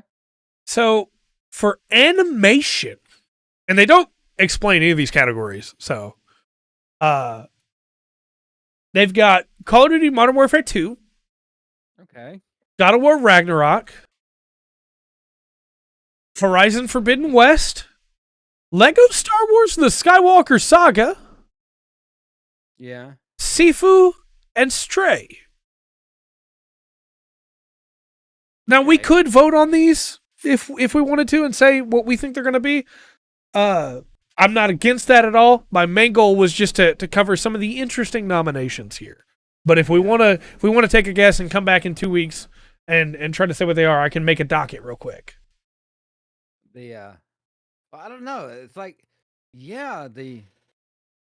I guess they're counting animation a little bit differently than I would think. Mm-hmm. I mean, all those games, look great. We've had the great graphic discussion plenty of times on here.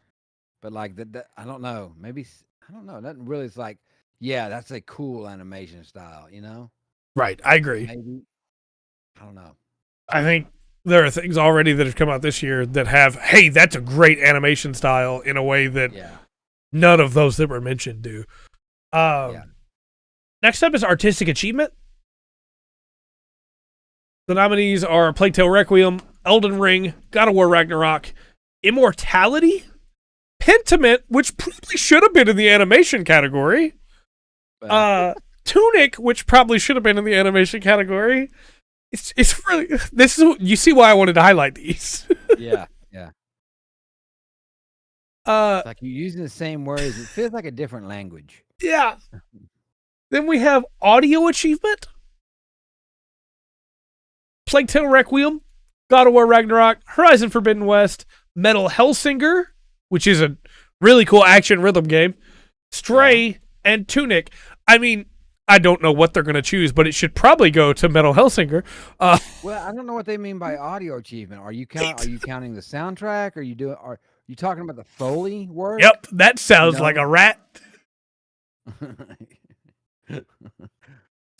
But I mean, because if you want to give the Foley artist some love, that's cool. Yep. Yeah, it's kind of a weird. Anyway, go ahead. Next up, best game. It's not the last one. It's just best game. Okay. Cult of the Lamb, Elden Ring, God of War Ragnarok, Marvel Snap, the mobile game, Stray, and Vampire Survivors, which probably should have been in animation as well. There's nothing really to say about this other than just, that sounds like a best game category from last year. Yeah. Yeah, Marvel Snap is the kind of the outlier for me. Yeah. I know you're excited for this one. British game. Okay. Citizen Sleeper, Ollie Ollie World, Roller Drome, Total War Warhammer 3, 2 Point Campus, and Vampire Survivors. What do they mean by British game? I don't know. Do they mean it's made by a British team, or do they mean it's the most British of the games? Well, this one has crumpets. So we'll take a hard look at it. Next up is debut game, which is a category I feel like I understand. As Dusk Falls, The Case of the Golden Idol, Stray, Trombone Champ, Tunic, and Vampire Survivors. And yeah, Vampire Survivors, I believe, is done by an American team. So I really don't know what British game means. Maybe it's because there's a guy in there that drinks tea. Amber Joe is a gentleman with tea that he drinks. Weird. Yeah. Then we have... Oh, there's an ad going. I'm going to use this opportunity to slip a sip. So... Okay. YouTube crowd, normally before we start, I take a pee break. I forgot to do that today, so I really should stop sipping. But I'm gonna persevere. You'll make it. So, evolving game, right? Makes sense. We know what that category should mean, right? Games that evolve over time. Okay. Apex Legends, Dreams, The Elder Scrolls Online, Final Fantasy 14 Online, Forza Horizon 5, and No Man's Sky. Faith in my Blindarial Fort. I appreciate it. No, I understand. It's okay. It's okay. Okay. Yeah, I mean, those make sense for the most part. There's nothing really that sticks out there. But next up is family. Not family game. Just family. Okay. Disney Dreamlight Valley. Kirby and the Forgotten Land. Again, as you have said many times, I don't know that's necessarily a family game. Yeah. Lego Star Wars The Skywalker Saga. Mario and Rabbids Sparks of Hope. Nintendo Switch Sports. And TMNT Shredder's Revenge. Then we have Game Beyond Entertainment. Okay. Citizen Sleeper. Idling Extinction is Forever. Gibbon Beyond the Trees. I Was a Teenage Exocolonist. Not for Broadcast. And Will Always Have Paris. We'll always have Paris. Paris. Then we have Game Design, Cult of the Lamb, Elden Ring, God of War Ragnarok, Horizon Forbidden West, Tunic, Vampire Survivors. You might notice I'm skipping past the normal games, the normal categories. Okay. Yeah, a teenage exocolonist, you know? Multiplayer, I assume that means best multiplayer. Modern Warfare 2, FIFA 23, Elden Ring, Overwatch 2, Splatoon 3, and TMNT Shredder's Revenge.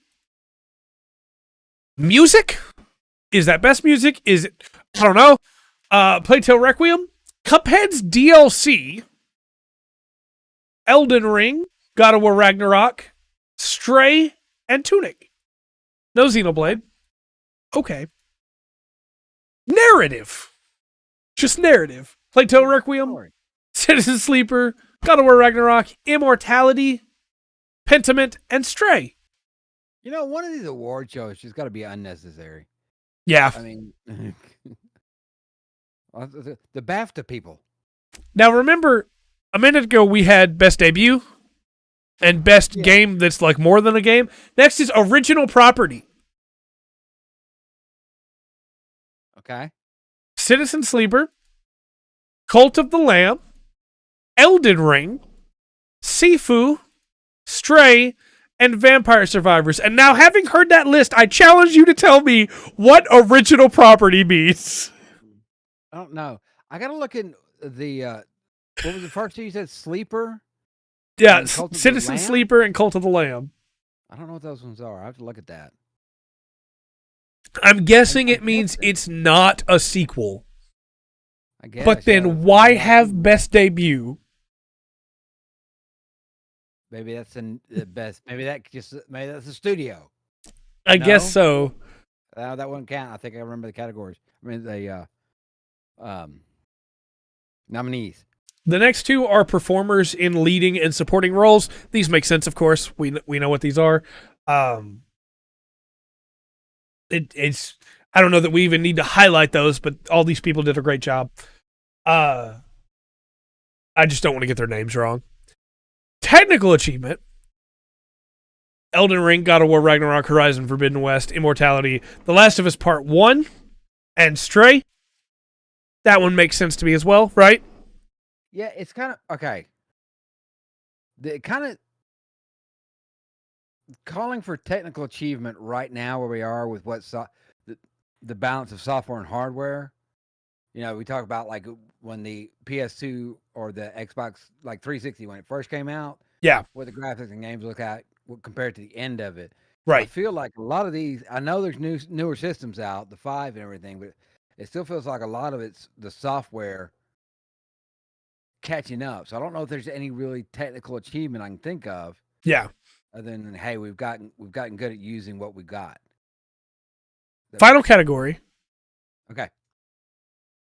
They already did best game, but this is best viewer voted game, I guess. But they call it EE Game of the Year. Well, shouldn't it be viewer voted anyway? Really? It should be. It should be.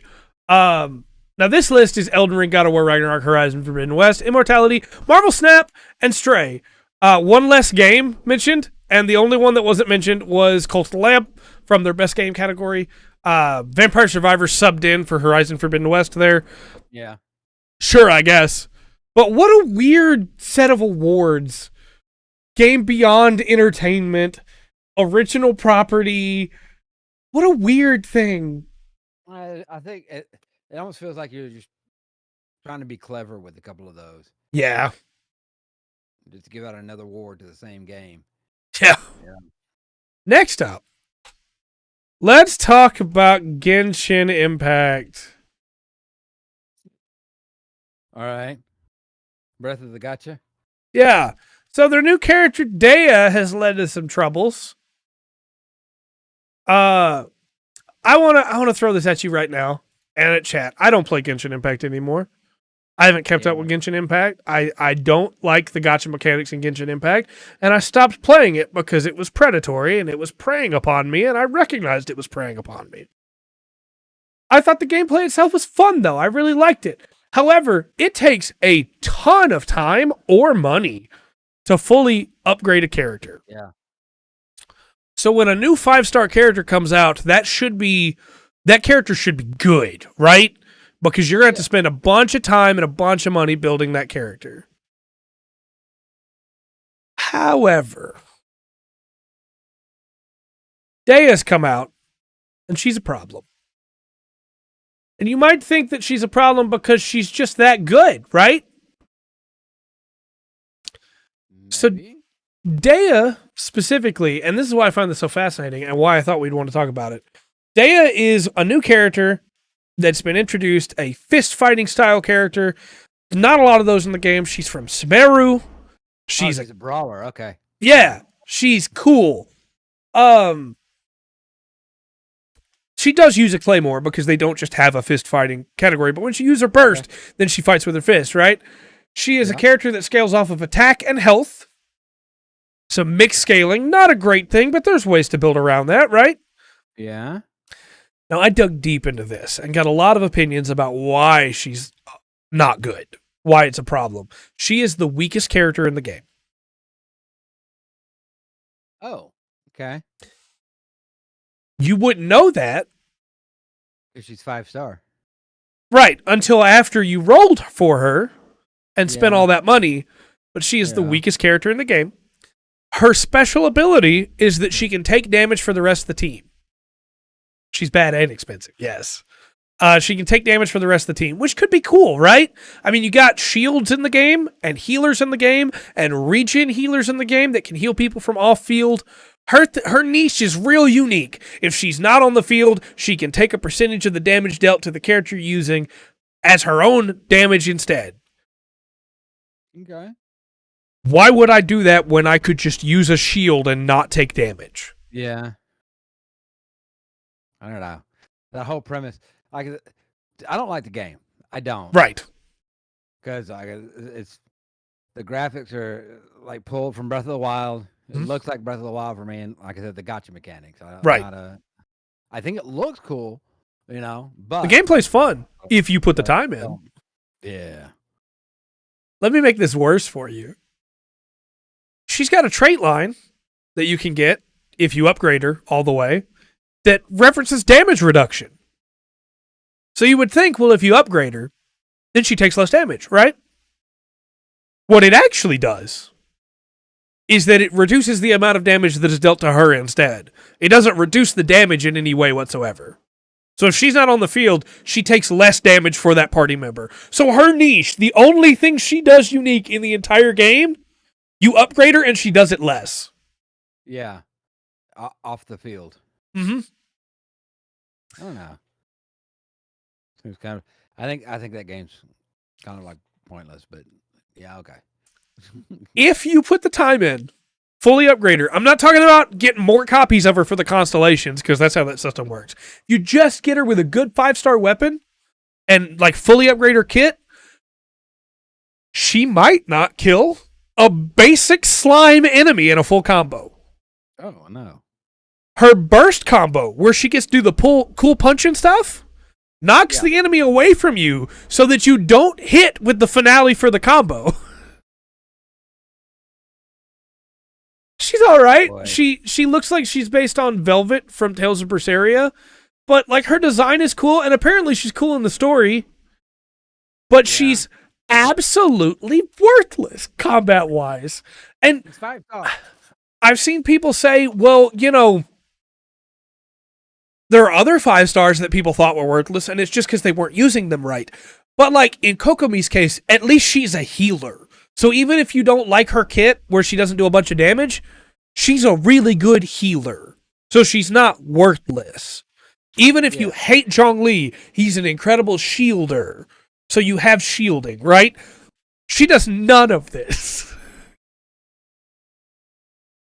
And you may go, well, it's okay because she can still do elemental reactions, which is what the combat in this game's based around, right? She can do fire elemental reactions. You get Zhongli for free, and she has twice the elemental reactions. She does 5 times as much damage. She's 5 stars, Trey. 5 stars. She's a 5-star character. You have to put like $100 into the game to get her. Dark. It just, it's so dumb. And they know what they're doing at this point. They've done it too many times where a character's released that was a little subpar, and then they buffed them. Yeah. It's just, hey, we want you to spend money. Yeah. And then once you've spent the money, we'll eventually buff her. Well, no, you could have released her not busted, stupid, broken, bad. Yeah. But nah, you want people to spend money on her anyway. And that's, again, if you're playing Genshin Impact, like, I get it. I played it for years. It's not worth it. Even sunk cost fallacy was not enough to get me to keep playing that game. How are you going to release a 5-star character, and she's the worst character in the game? 5 stars, Trey. Yeah. She's a 5-star character. Yeah. 5-star character. Yeah. Okay. 5 stars. So you see why I left that redacted for you. Michelin rated. Yeah, right. I do have to point out, before I get comments, yes, you can technically make her as strong as Xin Yan, who was the previous weakest fire character in the game. If you give her the best 5-star Claymore and you give her the best possible combination of artifacts, you can make her at parity with the second worst character in the game. See, 5 stars. So, yeah, that's Genshin Impact. We've got one more piece of news for tonight, which is Australia is pushing back against loot boxes. Okay. Now, normally when we talk about Australia, we talk about them making incredibly dumb decisions politically when it comes to video games, right? Yeah. This time they didn't. This time they decided loot boxes do constitute gambling. Yeah, they do. And since Sony is not licensed for that in Australia, the purchase contract for what they're trying to do with the Sony EA stuff in Australia is void. So they can't do it. So Australia went against EA. Yep. Oh, so specifically for FIFA. Whole new definition to like Australian rules football. Right. It doesn't have loot boxes. Yeah, because Sony and EA both had done part of their deal for FIFA Ultimate Team, I think is what it's called, was that it would have loot boxes in there because all the FIFA games do. Yeah. And Australia has basically put their foot down and said, yeah, if you're going to keep that in there, you can't release it here. Ooh. So, right. Well, FIFA is kind of in a weird way. It's like this little box because that is a worldwide game. Yeah. You know, that's played all over the world more than the other sports games. So, I don't know. It's also like mind-boggling that Australia is the one that does this because look, at the risk of making the Australian government mad at me, they do not crack down on gambling. And like there are huge problems, and it's been highlighted by like Friendly Jordies and a lot of other Australian YouTubers. There are huge problems with the way the gambling industry works in Australia and how easy it is to launder money in Australia through gambling. Yeah. But they said no to this. So like yeah. Well, what I got from the crux of that is Sony isn't licensed to run gambling. So that's where they've caught them. Right. They have no moral objection to the gambling. Right. It's the fact that they're not licensed, that they haven't paid to be able to gamble in Australia. Right. The hope is that this will cause other countries to go, hey, maybe this is an interesting thing. Why are we letting them do that? Well, I need to check across the EU as well because there was this thing about it not too long ago. Right. Maybe a year at most, I think. And double check. Yeah, I think they're at, it's not just Australia. Right. But I don't have the list of companies where not like the other ones that have stepped up. Right. I believe the UK has, but it might be EU has. I'm not sure. And that's really all there is to say news-wise about this. There is no more information. Sony obviously has not put out like a press release about it or anything. But there have been some rumblings. It's not even a full-on rumor at this point. It's just rumblings that the next FIFA may have like a battle pass instead so they can get around that. Yeah. But we'll see. It kind of seems like a good game to do a season pass for, but that's my opinion. Whatever. I mean, at this point, we really probably should just have, instead of a new game every year running on the same engine, just, hey, you buy the expansion and it updates your roster. Well, people for years have been hollering at EA about the new game each year. Yeah. It's like, look, something after probably around 2014 or 15 maybe. It's when DLCs were really becoming a thing. Update. And there's no reason to release a new game. Yeah. Update the roster with this year's stats. Well, there's one reason. For the professional sport. Yeah, there is one reason. But, like for the professional sports, there's been trades made. People are playing. Some people may be playing on a different team. Just that's an easy thing. You move. You can do it in the game. All you got to do is give a patch that tells the computer, "Hey, move this player over to the other team." Yeah, 100%. But yeah, I'm not surprised. EA's got a history. I'll put it that way. Gotta make that money. Mm. All right. Well, we will throw it over then to Rungrid's Corner. All right. Very good. As you know, we always start off with a happy birthday, and today is Bryan Cranston's Okay. birthday. I'm sure he'll probably catch this on the weekend or something. So happy birthday, Mr. Cranston. Like that. All that. Happy Went from birthday. quite a big turnaround of TV characters going from the dad on Malcolm in the Middle to Walter White. Yeah. You know, Pretty big change. Yeah. It worked out well for him, I think. Going through that. Okay, I got a news story for you. This one's different. But I found this and I thought it was really cool. Okay. So I'm going to tell you about a guy named Gordon Hartman. Okay. Okay. He's based in San Antonio, Texas. All right. All right. And he's one of those guys. He started landscaping business when he was 15. He turned it into a home building company by about 20, and then had just a land development company at 23. So I mean, he had a good run. Yeah. Yeah, he got he got things are going good for him. The land development company at 23 was the largest enterprise in the city in San Antonio. Wow. The biggest land development company in San Antonio. The Chamber of Commerce, of course, kissing his butt. I'm sure. They have a Hall of Fame for local sports and businesses, and he's in it. Which is just a good story. He and his wife, they sold the company in 2005. And the reason they did is they sold it to establish a foundation for children and adults to pursue their dreams, even when cognitive or special needs are present. Maybe I'll read their quote. Yeah. What they said while they do that. So he made this place in San Antonio called Morgan's Wonderland. Okay? It operates as a non-profit. It's got 25 rides, and every one of those are, as Hartman calls it, ultra accessible. They've got the train that goes through the park, like over lakes, nice train rides. It is set up for wheelchairs, even powered wheelchairs. Okay. Yeah.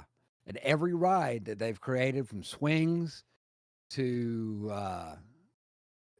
the coaster, like I said, I mentioned the train, the Ferris wheel, every single one of them is set up to be accessible to as many people as possible. About everyone can, right? It started.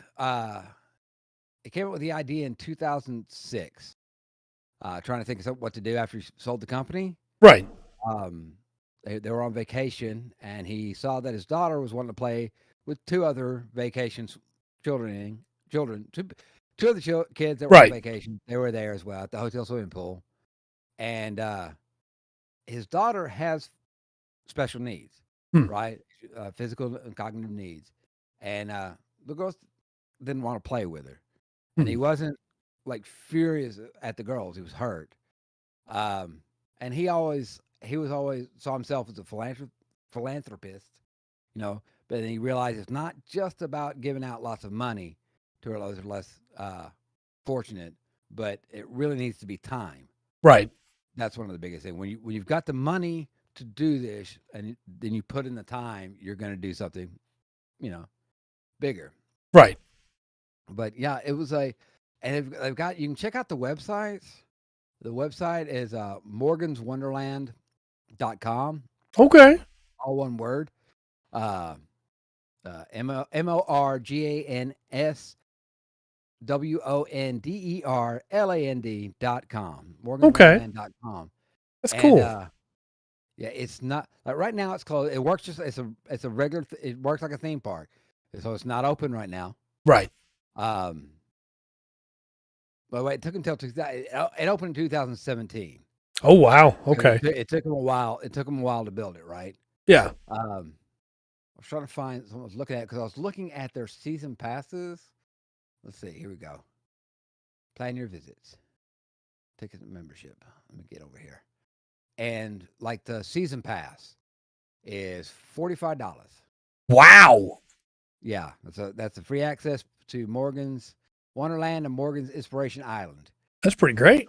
Yeah, with that you get unlimited visits to both of those attractions, 10% discount on food, merchandise.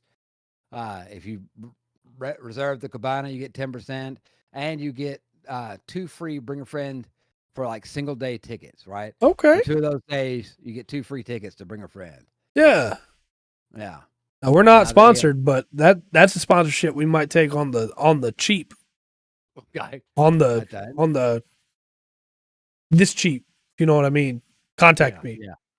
Yeah. They've got like the annual membership for the year is $75. Yeah. And That's you pretty get good. for the free tickets per day. But the single park admissions, okay? So like you just go there for a day, Yeah. one person. Guests with special need, free. Nice. Children 2 and under, free. And then they go up. Children from Yeah. ages 3 to 17, $13. Adult ages 18 to 61, 19. And you can discount, if you're over 62 or you have a valid ID. Right. Things. But it's one of the things there's so much talked about. I remember I was watching the Game Awards, and they brought up the accessibility Right. thing, and they didn't tell us anything about it. Right. Like that would have been great to know What who makes does them it help? accessible? Yeah. What makes it work and all of that. So I wanted to highlight Morgan's Wonderland.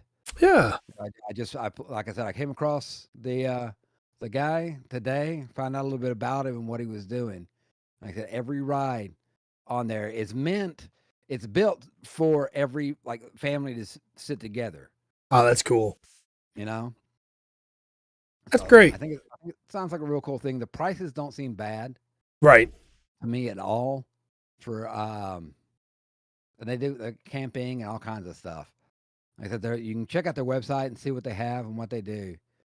But he put a lot of thought, and yeah, it started because of his daughter. He put a lot of thought Yeah. into it, but it really, he wanted to, this park is unique, it's special. We're going to make sure you can go and enjoy the family day Right. with your family. You never have to get pushed off to the side because for some reason these seats won't fit. So, That's great. Just a cool thing. Just a cool thing. And for anybody who might think, well, that's not really necessary. If you've ever been to a theme park and you've seen a family that's had to wait, we took my siblings to the Mouse World a while back, and there was a family that had to wait for like 3 rotations of the ride to be able to get one where their grandmother could ride with them because she was in a wheelchair. Yeah, I'd say that. Yeah, that kind of that's kind of the complete opposite of the philosophy behind Right. this, that, and it's set up. It's not like set up as. I mean, it is a theme park for somebody who may have to, who has a wheelchair, the power wheelchair, Right. To go, but it's still meant with the idea of coming in and having fun. Yeah. Obviously, you don't have to be disabled to go there, but it's open, Right. if you are, And That's awesome. I liked it. I thought it was nice. I'm glad you shared that with us. Excellent. Cool. Now it's time for us to share with you because it's time for your assignment. All right. You continue your liminally challenged excursion into Superliminal. Yeah, that's a weird game. It is. But I am excited's not the word, but I'm proud to be able to tell you that today you can rest your brain a little bit. Superliminal's not on offer. Okay. All right. That's one game off the list. There's only like 30 on there, but Right. Chad, I'm starting the poll now. So you got it up for them, huh? And I realize now, chat, that I put them in the wrong order on screen, so I'm going to fix that real quick. Hold on. Trey. There we go. Can't have them in the wrong order. There we go. See if we get some voting in. What do you think, chat? Got some pretty interesting options here, I think. Oh. If you're on the YouTube side, just say 1, 2, or 3. Yep. 3 because Now, was that 3 from before I reorganized them, or is it 3 now? See what you're doing. I know. I should have paid more attention to what order they were in. Now, okay. Okay. This vote is really interesting. Is it really? Yeah, it was tied for a little while there. Yeah. And then right as a vote came in for one, it went up for a different one as well. Oh. Waverly votes 3 too. Excellent description of number 1, Dark. What's that? Waverly votes 3. Okay. So we have about 30 seconds left. Okay. You got anything to plug? While waiting? Not really. I haven't, like I said, it's mainly just been the Magnus Archives because I haven't really been watching much. But yeah, I'll plug that. It's good stuff. Excellent. We'll do that. I think this is going to come down to a tie, in which case we have to do another vote. You should put them in order.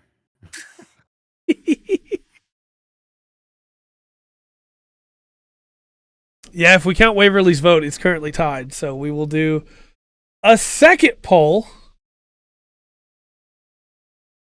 which will be just those two.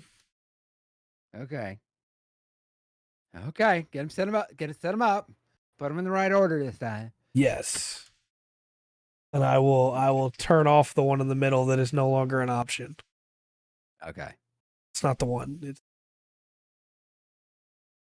All right. See how the tie break goes.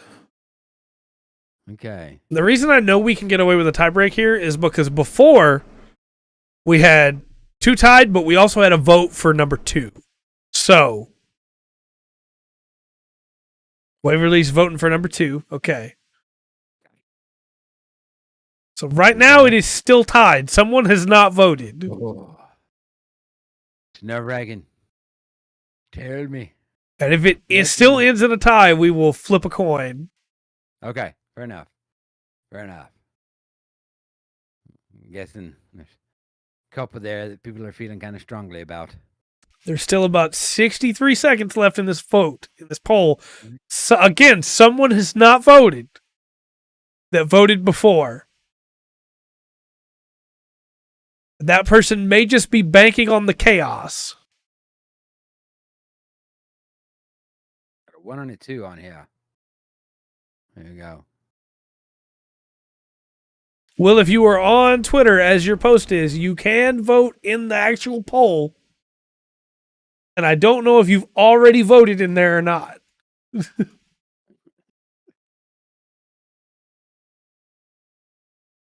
I wish it would show me that information. That would be good information. Yeah, it'd be pretty handy. Yeah, it might help you out. You did? Okay. Thank you for being honest. Excellent. Got about 12 seconds left. Not even that. I was guessing based on the bar, and it's definitely not 12. Okay. Still 1. Okay, we're going to flip a coin. 1 will be heads, 2 will be tails. Alexa, flip a coin.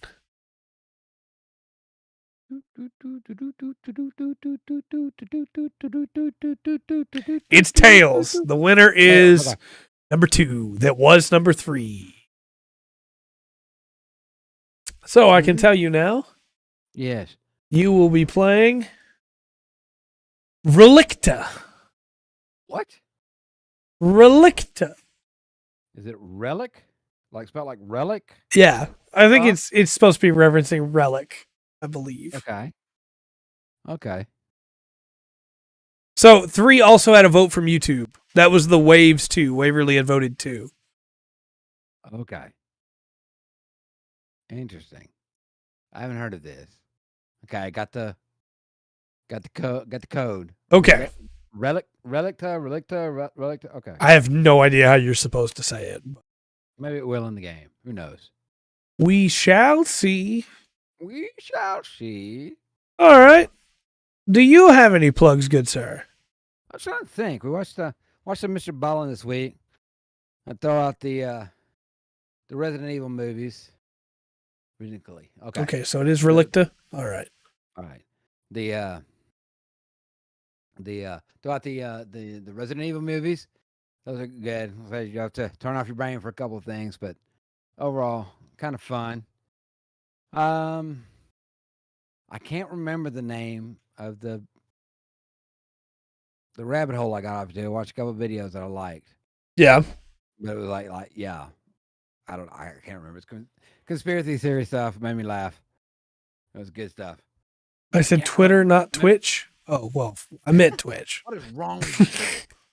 A lot of T's, okay? Trey, Twitter, things. Twitch.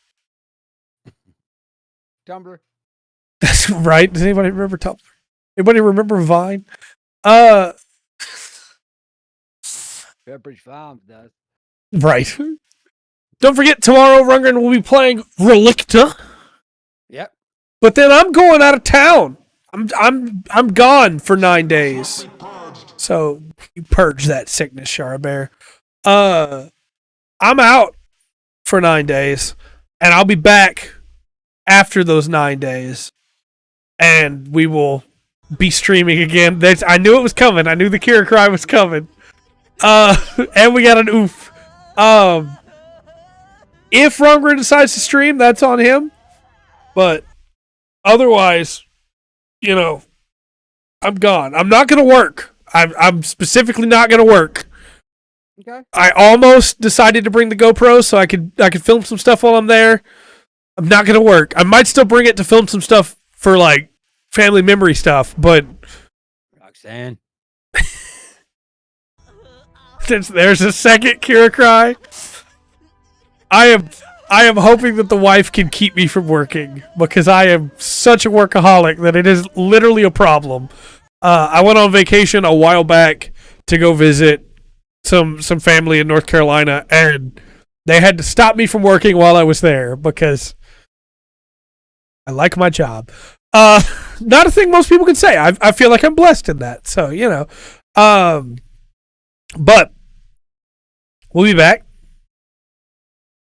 Uploads will still continue. There's a lot of videos that have been recorded. I recorded 15 videos and kept 12 of them. So, pretty good odds, I think. But you'll be seeing those as they continue to go up over the course of the next few weeks. I feel like I'm forgetting something. I don't know. I can't think of anything. So, okay.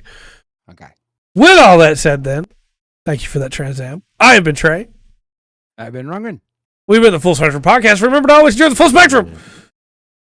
Life has to offer. Oh. Dang it. I never said I'd bring it on stream, Dark. But I will look at it real quick. What? Oh, that thing's nice. That thing's nice. Dark might even share pictures on Twitter or something if people want to see, just saying. Later, everybody. Not everybody.